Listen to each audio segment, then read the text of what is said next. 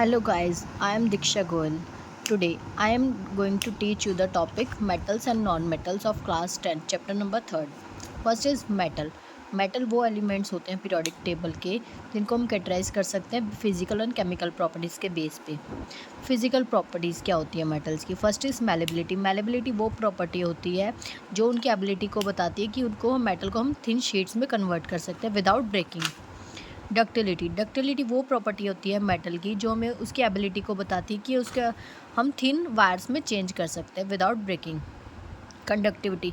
Metal are good conductors of both heat and electricity due to the presence of free electron. Metals के अंदर जो free electron presence होते हैं जिसकी वजह से वो फ्रीली मूव कर सकते हैं और हीट को कंडक्ट कर सकते हैं। Second, lustre. मेटल की जो आउटर लेयर होती है वो बहुत ही लस्ट्रस होती है, बहुत ही शाइनी होती है और ये इस किसकी वजह से होती है? Reflection of light by the metal surface. जब कोई भी लाइट मेटल सरफेस के ऊपर आके रिफ्लेक्ट करती है तो वो लस्टर या शाइनी अपीयरेंस दिखाती है। Chemical properties of metal. First, reaction with oxygen. Metal react with oxygen to form metal oxide. जब मेटल ऑक्सीजन के साथ रिएक्ट करता है तो मेटल ऑक्साइड्स बनाता है और उनकी रिएक्टिविटी सीरीज़ के अकॉर्डिंग होती है। Example, 2 Mg+O2 give 2 MgO। Second is reaction with water. One metal water के साथ रिएक्ट करता है तो मेटल हाइड्रोक्साइड बनाता है और हाइड्रोजन गैस रिलीज होती है। 2Na+2H2O give 2NaOH+H2। Third is reaction with acids. Metal can react with acid to form metal salts. Metal जब एसिड्स के साथ रिएक्ट करता है तो मेटल सॉल्ट्स बनाता है एंड हाइड्रोजन गैस रिलीज होती है।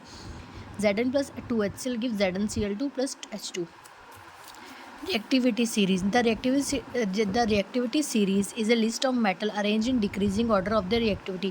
Reactivity series वो लिस्ट होती है जिसके अंदर हम मेटल को उनकी डिक्रीजिंग रिएक्टिविटी के अकॉर्डिंग अरेंज करते हैं और जो सबसे ज़्यादा रिएक्टिव होता है उसको सबसे हायर प्लेस पे रखते हैं। Predicting the outcome of displacement. ये हमें डिस्प्लेसमेंट रिएक्शन को करने में बहुत ही ईजी होता है। Formation of ionic compound. Ionic compounds are form by transfer of electron between metal and non metal. जब मेटल और नॉन मेटल के बीच में रिएक्शन होती है तो जो इलेक्ट्रॉन्स होते हैं उनके बीच के वो ट्रांसफ़र होते हैं और हमें रिजल्ट देते हैं पॉजिटिवली और negatively charge ions. Example, Na+Cl give Na+Cl negative ions. Uses of metal. Metal कहाँ यूज़ होते हैं? आयरन एंड स्टील इंडस्ट्री में होते हैं कंस्ट्रक्शन करने के लिए। Aluminium in transportation and packaging. Aluminium use होता है ट्रांसपोर्टेशन के लिए और पैकेजिंग के लिए। थर्ड, कॉपर इन इलेक्ट्रिक वायरिंग। कॉपर यूज़ होता है इलेक्ट्रिक वायरिंग करने के लिए। Next is alloys. एलॉयज़ क्या होते हैं? एलॉयज़ होमोजीनियस मिक्सचर होते हैं एक से ज़्यादा, दो या दो से ज़्यादा एलिमेंट्स के, with at least one element being a metal. उनमें से एक एलिमेंट मेटल होना ही चाहिए। Example, brass. Brass is made up of copper and zinc. Steel is made up of iron and carbon. Properties. Alloy with often possess enhanced property, increased strength, corrosion resistance and improved durability. Corrosion is a gradual degradation of metal due to chemical reaction with environment. जब metal environment factor के साथ react करता है तो उसकी degradation हो जाती है मेटल की in the presence of moisture and oxygen. उसकी वजह से कोरोजन होता है। Prevention method. कोरोजन को हम कैसे प्रिवेंट कर सकते हैं?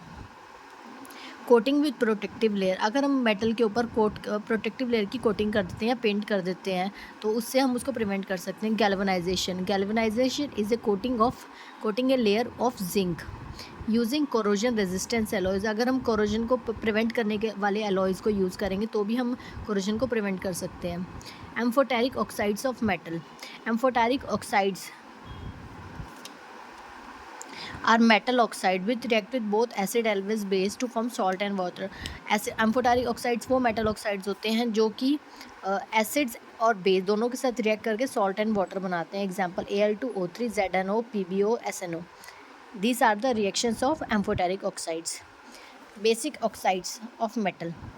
Some metal oxides get dissolved in water and form alkalis. कुछ ऐसे मेटल ऑक्साइड्स होते हैं जो कि वाटर के साथ मिलके मेटल ऑक्साइड्स बना देते हैं, पानी में वाटर में डिज़ोल्व हो जाते हैं और एल्कलीज बना देते हैं। The aqueous solution turns red litmus blue. और उनका जो एक्वस सॉल्यूशन होता है वो रेड को ब्लू में चेंज कर देता है। Example, Na2O+H2O give 2NaOH। K2O+H2O give 2KOH।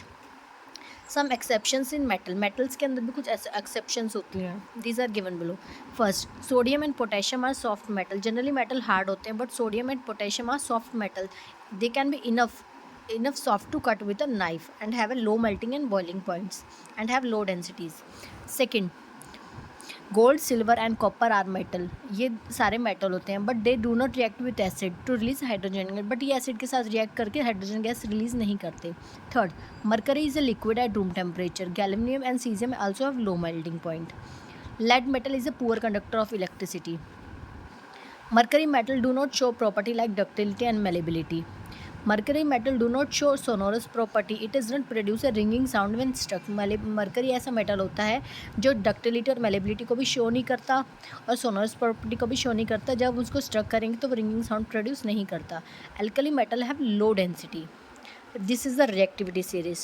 First is potassium, then barium, then calcium, then sodium, magnesium, aluminium, zinc, iron, nickel, tin, lead, hydrogen, copper.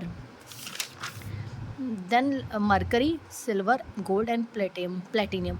This is all about the metals, and we studied non-metal in the next video. Thank you.